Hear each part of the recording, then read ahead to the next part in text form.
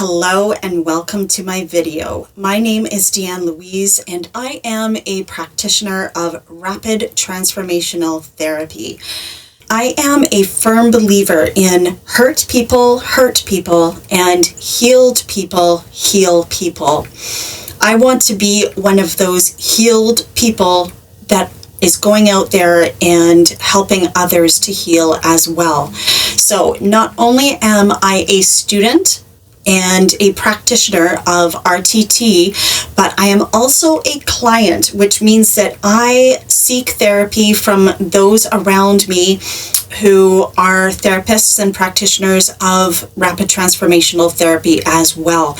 I have experienced amazing transformation, and I am so grateful to Marissa Pure for everything that I learned along my journey of being a student of her modality, and for the healing that I received as well. So today, what I would like to do is go through one of my own personal sessions.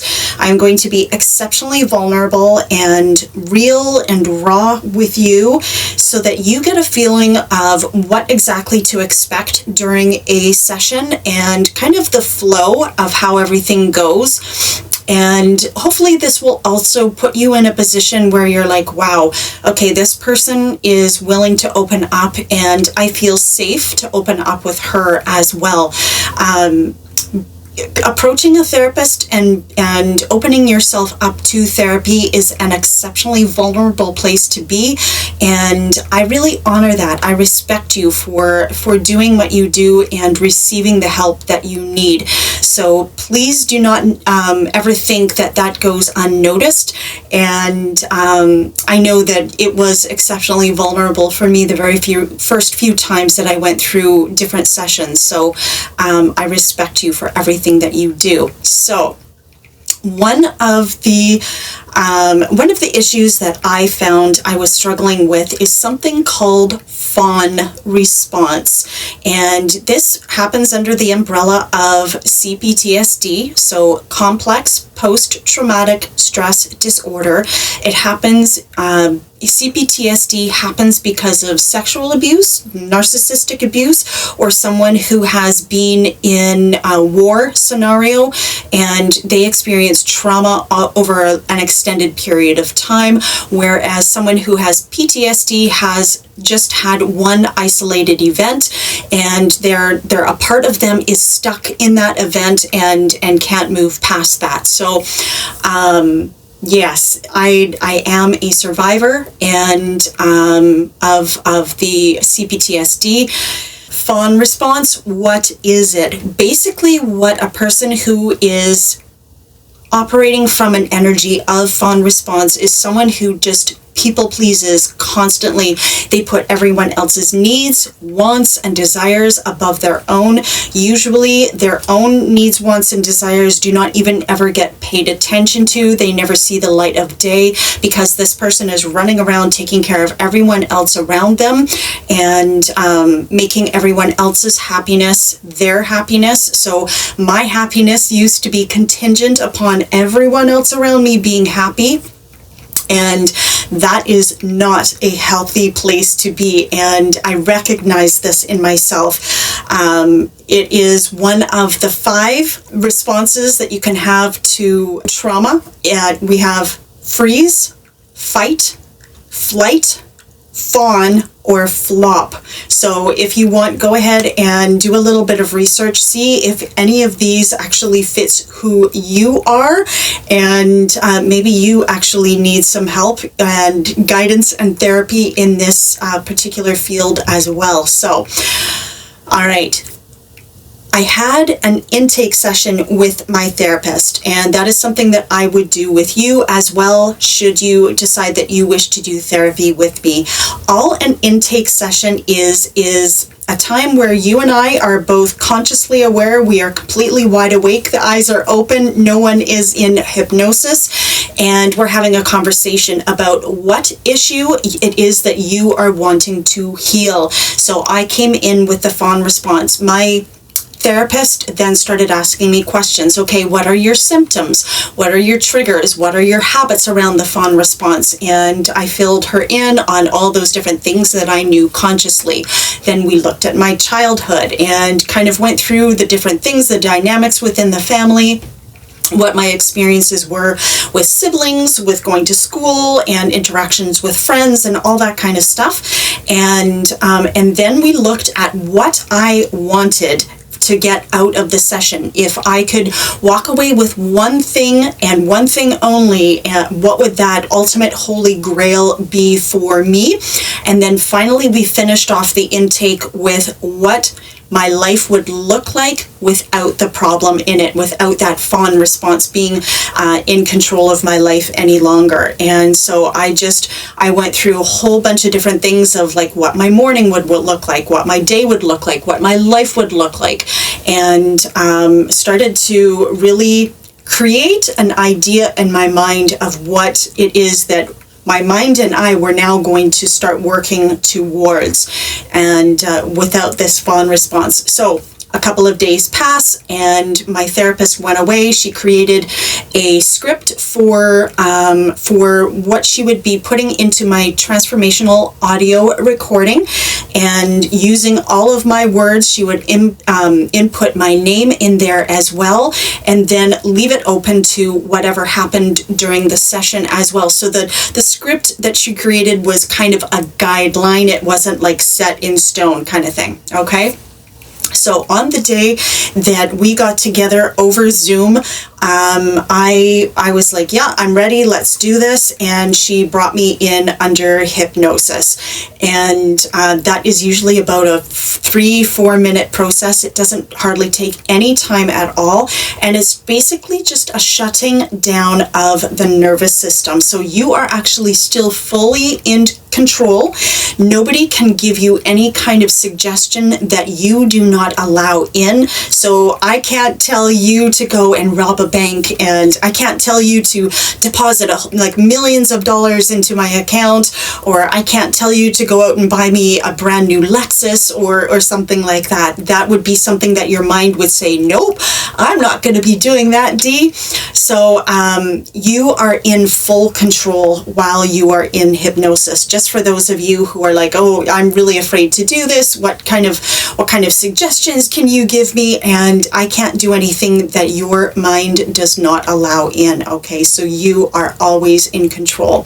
It's just a sleep of the nervous system where you get to completely relax. All right, so my therapist guided me back, guided me into the hypnosis, and then guided me back to where my subconscious mind was bringing forward a scene, a place, an event, a time, all to do with when, where, why, and how this fawn response became a part of my life. And so I'm sitting there, and all of a sudden the very first scene comes in, and I am about 18 months old. Yes, 18 months old. People have actually even regressed back into when they were in the womb. And I know that there is a particular modality out there that does past life regressions and uses hypnosis to actually do that. I haven't done that myself, but I know I've had clients that have gone into past lives during sessions, and I welcome that. So if that's something that happens for you, then just go for it, go allow it, and let it happen. All right.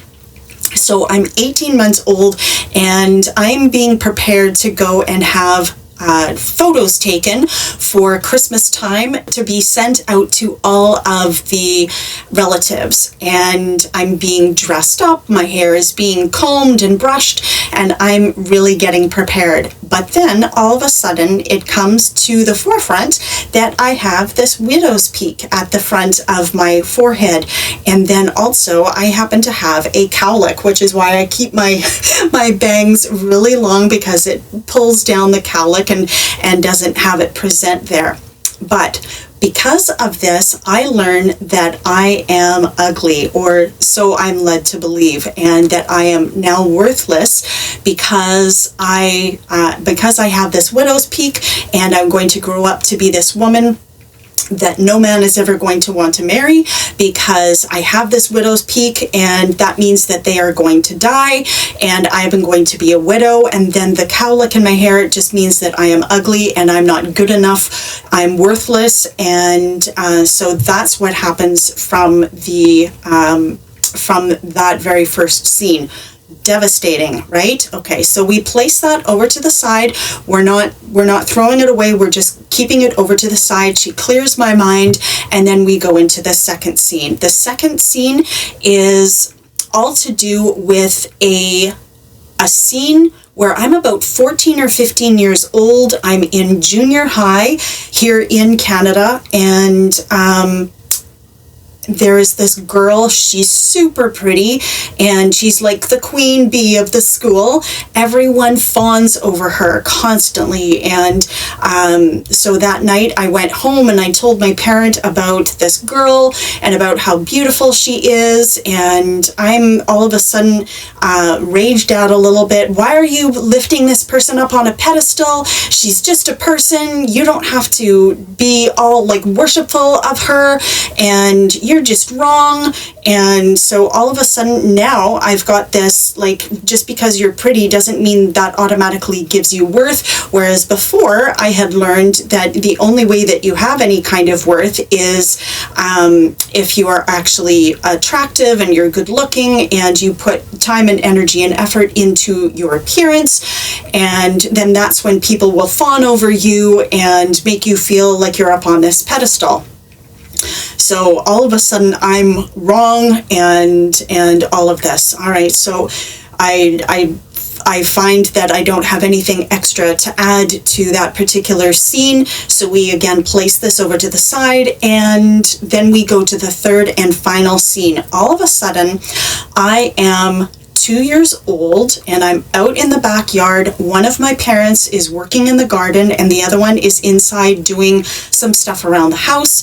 And the parent that is outside with me is whistling, and this parent has this beautiful whistle, and all of a sudden people stop by and they're like, oh my goodness, you have a beautiful whistle, like that's just gorgeous. And so of course my parent starts paying attention to these people, and during the entire time that I had been outside, no one was paying attention to me whatsoever. I was hoping that one of my parents would, but nobody did. And it was only when these people actually started paying attention to my parent that my parent gave them attention. So that very last scene, my mind had understood that when you fawn over someone, all of a sudden you become important to them and a person that person will pay attention to. And that is where my mind came up with the idea and coping mechanism of fawning. Incredible. Absolutely incredible, right? So what we did then is work through a number of different tools to actually flip that for my mind and tell my mind the actual truth, where you don't have to be perfect in order to be paid attention to. You don't have to be perfect to actually be worthy of anything. You are worthy of everything and deserving of everything just as you are right now. And you also do not have to fawn over people in order for them to pay attention to you. If that person needs you to fawn over them, then they're not probably really worth your time, and you should be paying attention to the people that just love you and accept you for who you are in this moment. That's where your love and energy belongs. So then I was left with that beautiful audio recording where I listened to it for the next 21 days, and once a day, every single day. Sometimes I actually listen to it about 2 or 3 times just to really install that new thinking into my mind and create a rewiring of my neural pathways inside of my mind to really get me to believe that I was worthy and that I didn't need to fawn over people just in order to receive any kind of attention. So Wow, intense. And this is the kind of healing that can happen for you as well. I would be your guide. I would be that person that would facilitate this healing for you, to help you to find out whatever issue it is that you are suffering from and living with at the moment that you no longer need.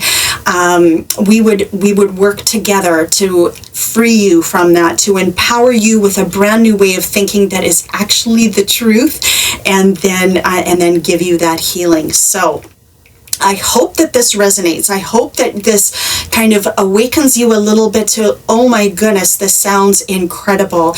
And if you are interested, by all means, go ahead and click that strategy call and book that session with me. It's about 15 to 20 minutes long, maybe even 30 minutes long, depending on our conversation.